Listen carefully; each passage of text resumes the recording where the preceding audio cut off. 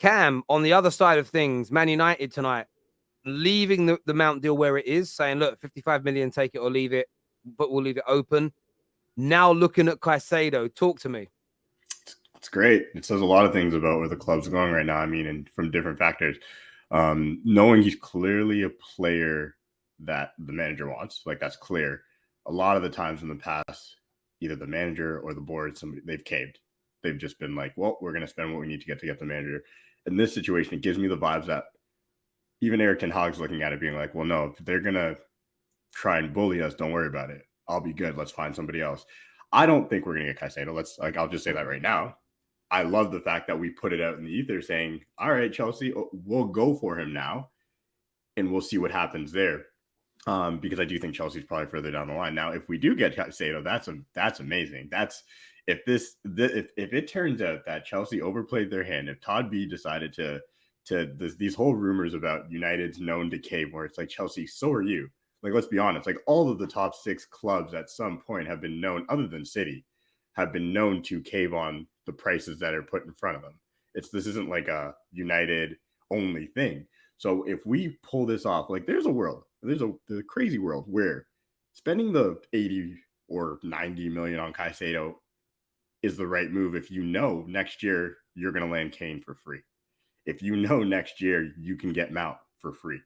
We might be actually acting like a smart club for the first time in years.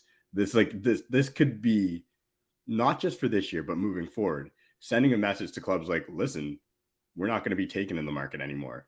We'll offer fair prices, which we did. Let's be completely honest. 55 million for Mount was a bit of an overpay, just a bit, not a lot, but it's a bit of an overpay. So we gave a fair offer. If you're going to try and take us for our money, we'll say, cool, we'll move on. There's other players out there. And like I said, if you have to spend that money that you had saved for Kane on a player who has a 90% short and mid pass percentage, that's what we need desperately, go get him, because he's going to make us. I want to say this, Cam, right? I had Jamie Jackson on the Terrace maybe about 5-6 weeks ago. It could be even longer. And he said if Man United can't get Kane early for a good price, the money they're willing to pay for him, and he said 80 to 90, they will pump that into a midfield target. Now, some will say, well, why don't we just try and get Caicedo and Mount at the same time? And I think that's because there is a limited budget until we sell people or until the takeover happens. So Man United have realized, maybe we can get 2 players in that we want for pre-season. That's better than just one, and we can come back later for other people. We don't know what's going on behind the scenes fully.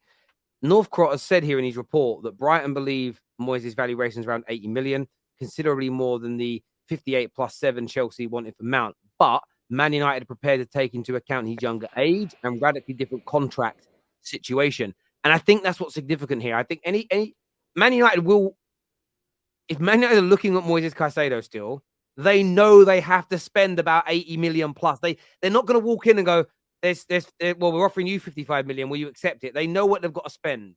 So yeah, listen, it's going to be very intriguing. How do you see this panning out?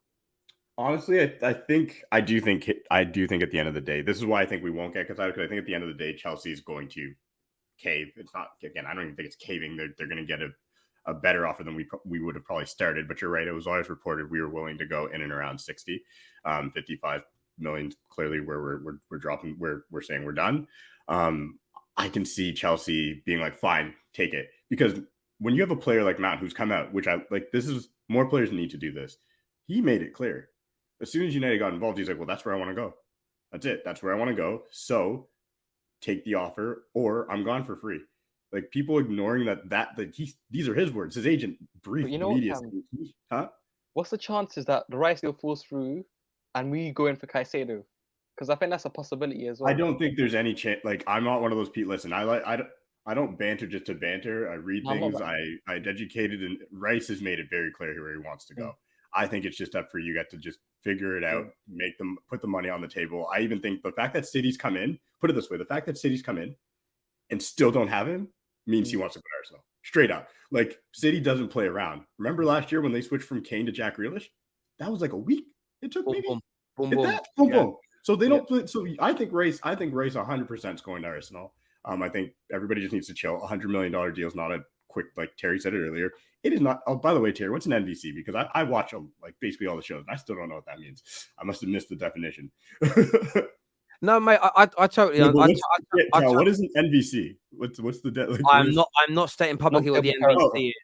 Shoot, I'm not going to say publicly what it is. Shoot me a message. It's just up to the viewers whether they believe they're part of it. I don't think you're part of the NVC. I think Sam might be, but we'll talk about that privately. Look, I look at this. There's a comment that came through here that said Terry, but Jamie Jackson didn't say that you would go for a midfielder. No, he did. He said that they could take that money for Harry. Yeah, you watched the show. They literally said he could go from a player like Kane, but then look at another priority position.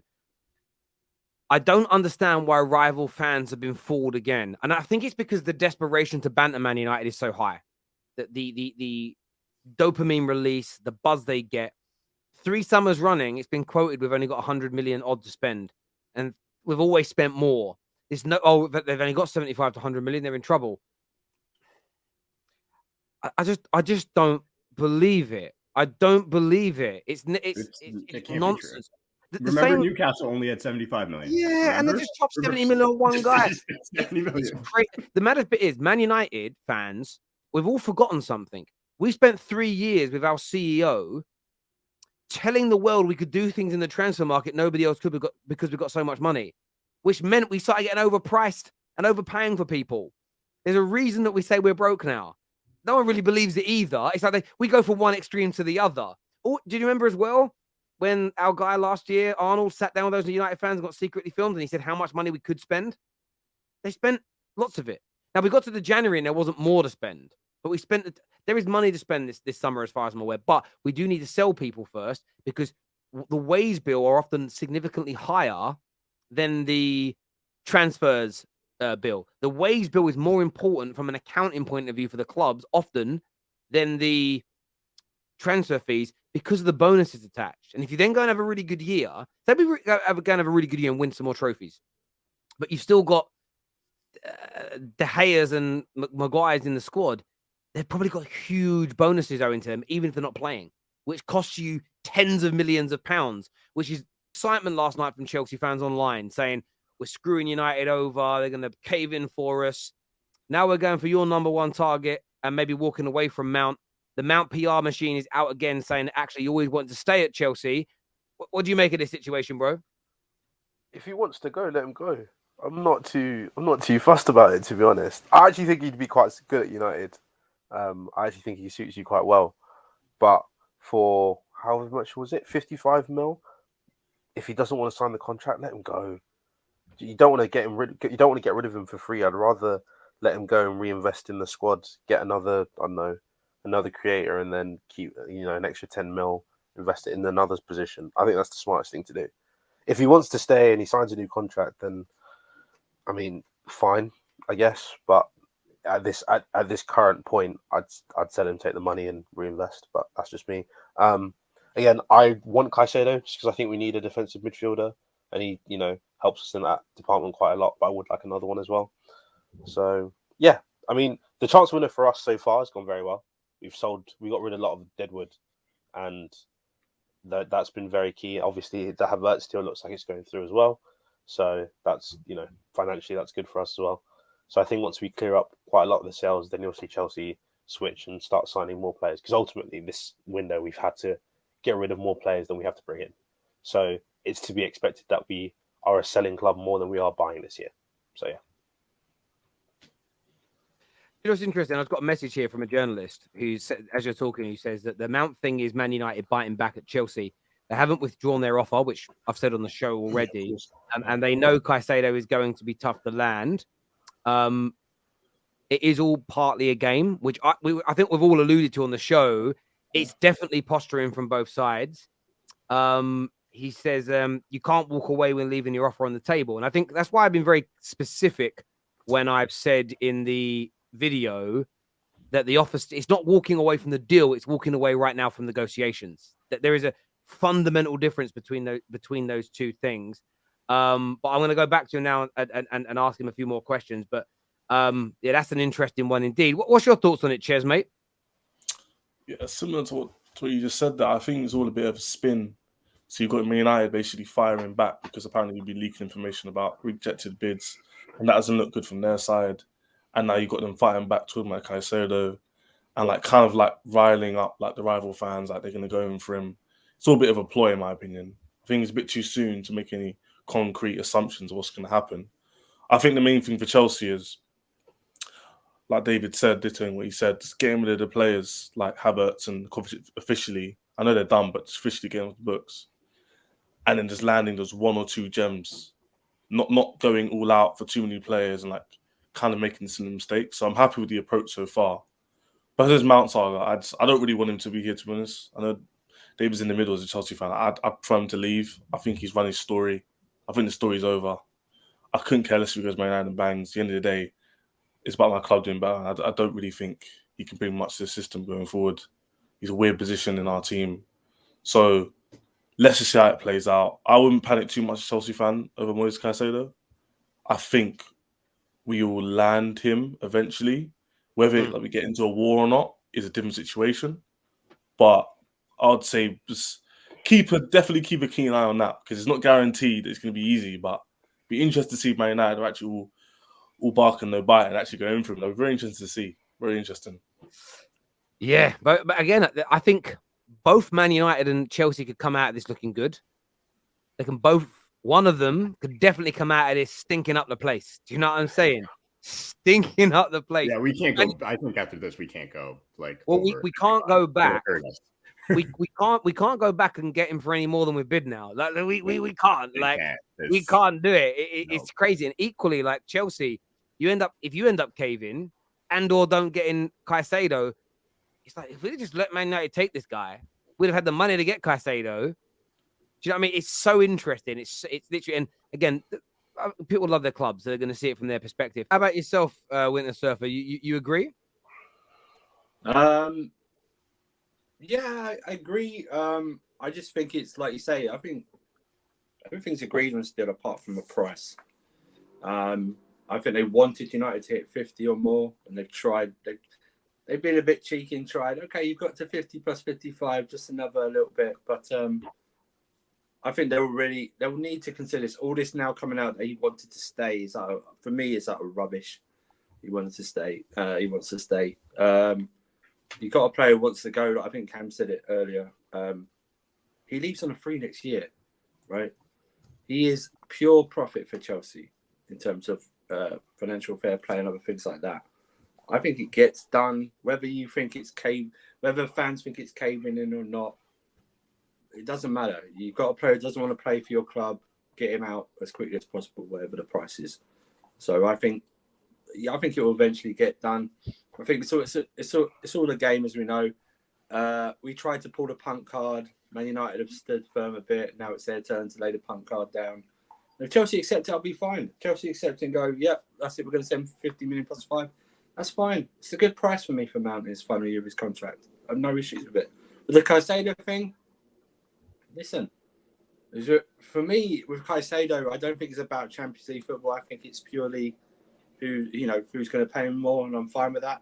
And I want Chelsea fans to remember about all this about, stand firm on the Mount thing when Brighton do the same thing with us with Caicedo. I want them to remember this because I don't want to see, oh man, they should just accept the 70 million plus 5 add-ons. You just remember that, yeah? Just remember that. That's all. We're going to see a lot of complaining about that. Why doesn't Brighton just accept this price? You want the player? Yeah, we do. You know what, Andrew? Yeah, that does show that our team is a lot better at dealing with these kind of transfers now. Because we're comparing our negotiations to Brighton, they're renowned for being like very like top heavy, like very adamant on the prices they get. So overall, I think our transfers window has actually been better than last season, much better than last season. So in terms of outgoing, but we're only really basing it on outgoings at the moment because you can't really count Gusto, and Gusto is a January signing. We all knew Nkuko was the open secret he was going to sign for Chelsea. So you're right. Outgoings wise, it's fine, but ingoing wise, I keep saying it's such a short pre-season. You want your new manager to have whatever he wants nearly right away, so he can work on things because we kick off. Yeah, but let's be realistic. In 4 weeks, he's not going to get in every single. But you want to give him the best possible start to do what he realistically for you. Put this into like actual tangible things. what would be like a realistic amount of players to buy, considering the amount of outgoings we've got? I only think. Listen, my thing is, I think Pre-season. I think we Just only needed. Well, overall, I think we only needed 4. I think we needed a goalkeeper, 2 midfielders, and a possible striker. Whatever you say about Nkunku, whether we can play that or not, I'm not. You know what's really interesting? You know what's interesting for me on the Mount thing, and I get what you're saying about where you're negotiating deals. This is what I think will happen. I think Man United might now get him for the 55 million. Yeah. But what will be reported as the change is the structure. It'll be the structure. The structure is what will be the kind of the compromise for Man United if we get him. If we don't and we end up paying more than this, and we don't go for Caicedo, this whole play has been a madness. Because for me, this is a 100% briefing from Man United. I think the whole final bid thing, I don't even know if that was Man United. I think this is Man United kind of clapping back to a lot of the story that's been leaked by Chelsea on the way through this, especially with the rejected bids and everything else. And Man United like to, when it comes to them trying to buy a player, keep it as private as possible. Nowadays, they never used to under Woodward. That guy used to chirp like a goddamn bird. I think Man United might end up getting him potentially for the same amount of money, but with a better structure. Because I've seen journalists this summer, for the first time ever, tweet out information and write more things around. The bid hasn't really changed too much, just the structure. Yeah. There was a story on one of the big West Ham websites about Rice saying Arsenal did put a second bid in that nobody really reported on, but it was the same value as the first, but with a better structure. And they're the same West Ham sources that Arsenal fans are now, and along with me, are now claiming are really reliable when it comes to West Ham news. But yet, when it was that story, it was kind of brushed aside as not being important. So you've got to be open to that being the situation. But it's going to be a real interesting one. A real interesting one indeed to see what happens here.